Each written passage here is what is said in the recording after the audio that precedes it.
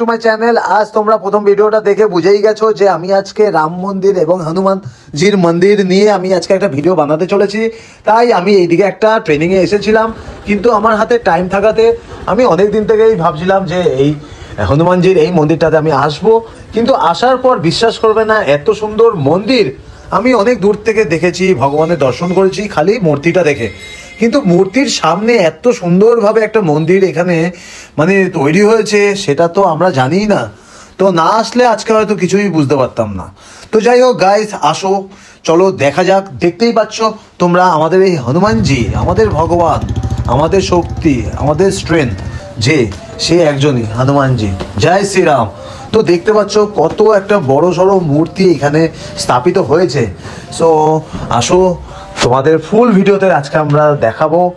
তো ভিডিওটি দেখতে থাকো, ভালো লাগলে কিন্তু লাইক কমেন্ট অবশ্যই করো। কিন্তু এই ওয়ার্কআউটের সাথে সাথে এই সব করি, এটাই অনেক বড় ব্যাপার না। তো যাই হোক গাইস, খুব ভালো লাগে যেটাতে সেটা করো, তো সেটাতে শান্তি পাওয়া যায়।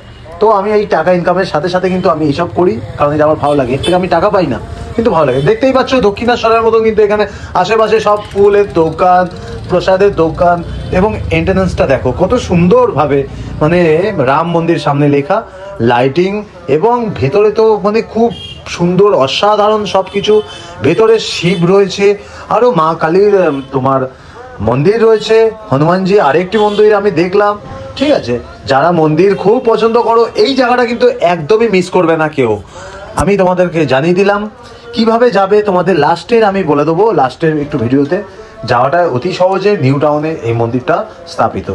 তো যাই হোক, দেখতে পাচ্ছ বাবা শিবের একটা যেমন মূর্তি আছে, আর একটা হনুমানজির মূর্তি আছে বড় সড়ো মূর্তির মধ্যে।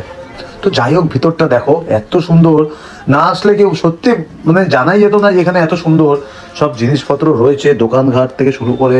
তো ভেতরে যেমন দোকান, বাইরে তত দোকান মানে খাবারের দোকান, সব কিছু পেয়ে যাবে তোমরা। ভেতরে অনেক রকম সিস্টেম রয়েছে, ওয়াশরুম অনেক রয়েছে। অনেক দূর থেকে যারা ট্রাভেল করবে, এই দেখো শিবের ছবি, কত সুন্দর শিব।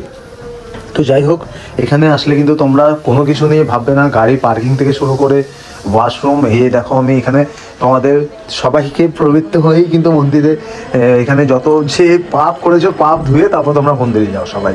তো এখানে আমিও হালকা ওর ওপর পাপটা ধুয়ে নিলাম। ধোয়ার পর এবার মন্দিরে আমি যাবো কিনা সেটা দেখছি, বাট চেষ্টা করছি যাওয়ার। তো ঠাকুরের ভক্তি আছে, কিন্তু আমি সেটা দেখাই না। তো যাই হোক, কেমন লাগছে না লাগছে সেটার উপর ডিপেন্ড করছে না, কারণ আমাকে ভিডিও বানাতে হবে, আর আমার খিদে পেয়েছে। ট্রেনিং করার পর মুখ ফেস এমনি খারাপ থাকে। যাই হোক, তোমরা খালি মন্দির দেখো আর আশেপাশে সব কিছু দেখো। এখানে এত মন্দির স্থাপিত হয়েছে, কত রকম শিব দেখা যায় এখানে আসলে। এত সুন্দর সুন্দর শিবগুলো দেখলেও এত সুন্দর ভক্তি যাদের আসে না, তাদেরও কিন্তু অটোমেটিকলি ভক্তি কোথার থেকে চলে আসবে তোমরা নিজেরাই বুঝতে পারবে না। তাই বলছি এখানে একবার আসো, সবাই আসো। এখানটা এত সুন্দর মন্দির, কেউ বুঝতে পারছো এটা নিউ টাউন না? মনে হচ্ছে এরকম যেমন দক্ষিণেশ্বর, যেমন বেলুড় মঠ, যেমন তারকেশ্বর, সেরকমই কিন্তু একটা এখানে আমাদের রাম মন্দির তৈরি হয়েছে নিউ টাউনে। তো যাই হোক, ভিডিওটি ভালো লাগলে কিন্তু লাইক কমেন্ট করে সাপোর্ট করবে, তাহলে কিন্তু আমি আরও নেক্সট ভিডিওতে আবার খুব মোটিভেট হব বানানোর জন্য। তো আজকের জন্যে এইটুকুই। এবং কি করে আসবে, খুবই ইজি।